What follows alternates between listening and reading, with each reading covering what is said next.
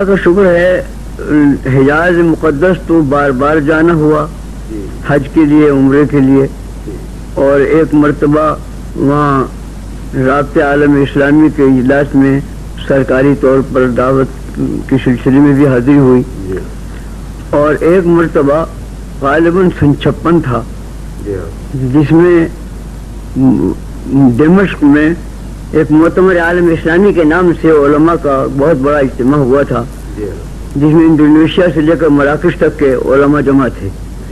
اس میں بھی شرکت کا اتفاق ہوا، جس کے اجلاس دمشق میں، پھر اردن میں، پھر بیت المقدس میں، متعدد جگہوں میں ہوئے۔ اسی سلسلے میں بیروت میں بھی کچھ دیر ٹھہرنا پڑا۔ ایک مرتبہ سفر جنوبی افریقہ کا، مشرقی کچھ تھوڑا سا مشرقی افریقہ میں اور زیادہ جنوبی افریقہ میں، تقریباً 1 مہینے کے قریب یہ دورہ تبلیغی انداز کا کرنے کا اتفاق ہوا۔ اچھا مفتی صاحب، یہ جو آپ تبلیغ کرتے ہیں یا وہاں پر ہوئی تبلیغ جنوبی افریقہ میں، تو آپ کے خیال میں کیا کچھ وہ کامیاب ہوئی یا کامیاب ہو سکتی ہے؟ اگر ہم تبلیغ یہاں سے اسلام کی جائے افریقہ میں یا دوسری جگہ، تو وہ آپ کا کیا خیال ہے، کہاں تک ہم اس میں کامیابی حاصل کر سکتے ہیں؟ میرا انداز یہ ہے کہ خصوصی سے جنوبی افریقہ میں بڑی صلاحیت ہے، اور میں نے یہ محسوس کیا کہ باوجود اس کے کہ وہاں کے حضرات ہماری زبان پوری نہیں سمجھتے تھے، لیکن متاثر بہت ہوتے تھے۔ ان کی زندگیوں میں انقلاب آیا۔ چند روز کے قیام میں بہت سے لوگوں کو میں نے دیکھا کہ جن کی زندگیاں پوری بدل گئی اور بالکل اسلام کے سانچے میں ڈھل گئی۔ یہ تو میں نے جنوبی افریقہ میں تجربہ کیا۔ مشرقی افریقہ میں مجھے زیادہ چلنے پھرنے کا اتفاق نہیں ہوا، لیکن انداز یہ ہے کہ وہاں بھی صلاحیت اس چیز کی موجود ہے، اور ضرورت ہے کہ تبلیغ کا زیادہ سے زیادہ پروگرام وہاں چلایا جائے۔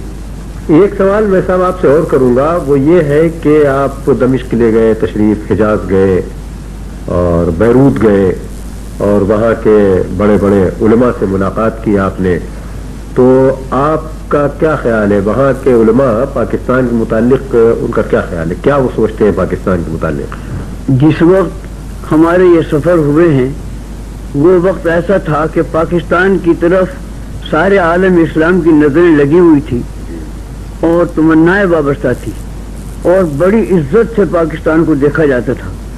جہاں یہ معلوم ہو جائے کہ کوئی شخص پاکستانی ہے تو تمام اسلامی ممالک کے لوگ ان کی بڑی تعظیم کیا کرتے تھے۔ افسوس ہے کہ دیکھتے ہی دیکھتے یہ نقشہ پلٹ گیا۔ مفتی صاحب، میں آپ سے حضرت شیخ الہند مولانا محمود الحسن کے متعلق اگر آپ 2-4 جملے بیان فرمائیں تو وہ بہرحال بہت ہی، یعنی ہمارے لیے بہت ہی وہ ایک سرمایہ ہوں گے، کیونکہ یہ بہت بڑے عالم اور بہت بڑے مجاہد تھے۔ تو میں آپ سے گزارش کروں گا کہ ان کے متعلق چند جملے آپ ارشاد فرمائیں۔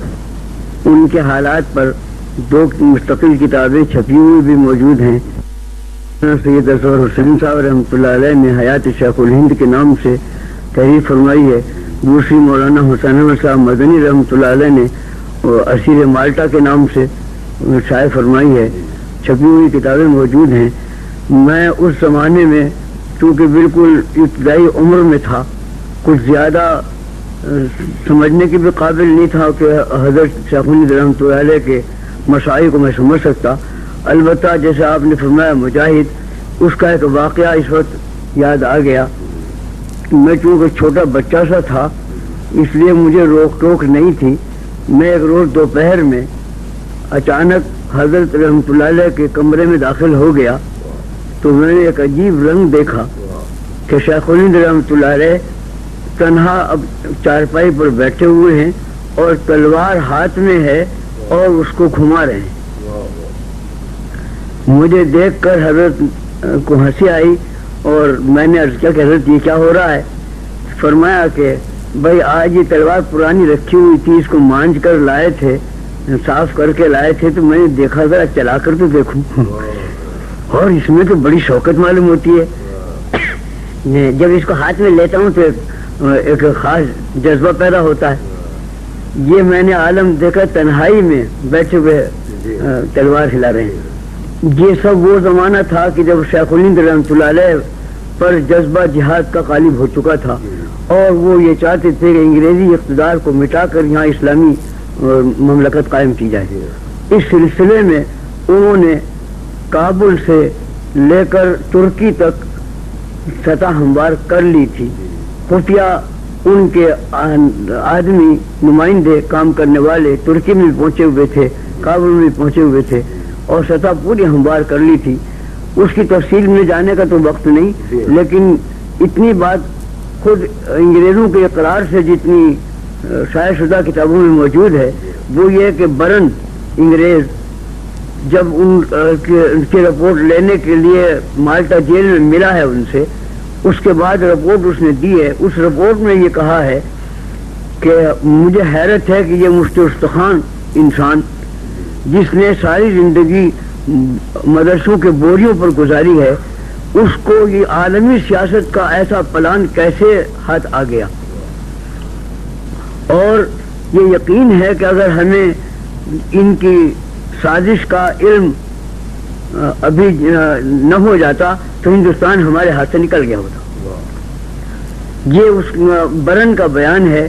اور صورتحال بھی یہی تھی کہ ترکی سے لے کر کابل کے راستے سے تمام اسلامی ممالک کو ایک لڑی میں پرو دیا تھا حضرت شیخ الہند رحمۃ اللہ علیہ نے. اس کی اطلاع جاسوسی ہو گئی, اسی کے نتیجے میں وہ گرفتار کیے گئے اور وہ تحریک فنا ہو گئی. میں اگر یہ کہوں کہ وہ تحریک جمال الدین افغانی کی تحریک کو آگے بڑھانا تھا تو آپ کا کیا خیال ہے؟ اس میں کوئی شبہ نہیں کہ ان بزرگوں کا کیونکہ سرچشمہ سارا قرآن و سنت ہے. یہ قرآن و سنت کی تحریک ہے اصل, جس کو جمال الدین افغانی نے کبھی اٹھایا, کبھی حضرت شاہ ولی اللہ اور مولانا اسماعیل شہید نے اٹھایا, کبھی حضرت شیخ الہند رحمۃ اللہ علیہ نے اٹھایا, اور اس کے بعد آخر میں حضرت مولانا شبیر احمد عثمانی رحمۃ اللہ علیہ نے قائد اعظم کے ساتھ مل کر اٹھایا. مفتی صاحب, آخری سوال میں آپ سے کرتا ہوں, وہ آپ کی تصانیف کے متعلق ہے, تو کیا آپ ہمیں بتائیں گے, کچھ اس پر روشنی ڈالیں گے اپنی تصانیف کے متعلق؟ جی ہاں, میں شروع سے جن اساتذہ کی آغوش میں پلا ہوں ان کو میں نے دیکھا کہ وہ صرف درس تدریس ہی نہیں بلکہ کچھ تصانیف کا سلسلہ بھی رکھتے تھے. مجھے بھی کچھ اس کا ذوق پیدا ہوا اور ابتدائی درس تدریسی کے وقت سے کچھ چھوٹے چھوٹے رسالے لکھنے شروع کیے, اور پھر اس کے بعد وہ سلسلہ کافی بڑھتا گیا. اس وقت غالباً 150 سے زائد میری تصانیف ہیں, جس میں سب سے بڑی تصنیف جو ابھی تیار ہوئی ہے وہ ہے تفسیر معارف القرآن. اور اس تفسیر کا ایک عجوبہ یہ ہے کہ اس کی ابتدا تو ہوئی تھی ریڈیو ہی کے درس سے, لیکن ریڈیو پر مسلسل قرآن نہیں تھا بلکہ اس کی منتخب آیات ہوتی تھی. اس کے بعد اس کو جب کتابی شکل میں لانے کا ارادہ ہوا تو یہ وہ وقت تھا کہ جب میں بیماری سے بستر پر لیٹا ہوا تھا, اور اس کا افسوس مجھے ہو رہا تھا کہ اوراق جو لکھے ہوئے ہیں موجود یہ یوں ہی ضائع ہو جائیں گے. اگر اس کا جو درمیانی آیتیں ہیں وہ رد پورا کر دیا جاتا تو قابل اشاعت ہو جاتی. اسی بیماری کے زمانے میں اللہ نے دل میں ڈالا کہ لیٹے لیٹے کچھ کام شروع کیا جائے. اسی وقت یہ کام شروع ہوا اور الحمدللہ 5 سال کی مدت میں جو زیادہ بیماریوں ہی کا وقت تھا اور بیماریوں کے علاوہ ملک میں طرح طرح کے فتنوں کا وقت تھا, انہی حالات میں اللہ تعالیٰ نے اس کی تصنیف پوری کرائی اور الحمدللہ وہ 8 جلدوں میں چھپ کر تیار ہو گئی. اس کے علاوہ اور چھوٹی بڑی بہت سی تصانیف ہوتی رہی ہیں جن کی تفصیل میں جانا مشکل ہے. بہت بہت شکریہ مفتی صاحب آپ کا, آپ نے ہمیں اتنا وقت دیا اور اس پیری اور بزرگی میں مجھے آنے کا شرف حاصل ہوا. بہت بہت شکریہ.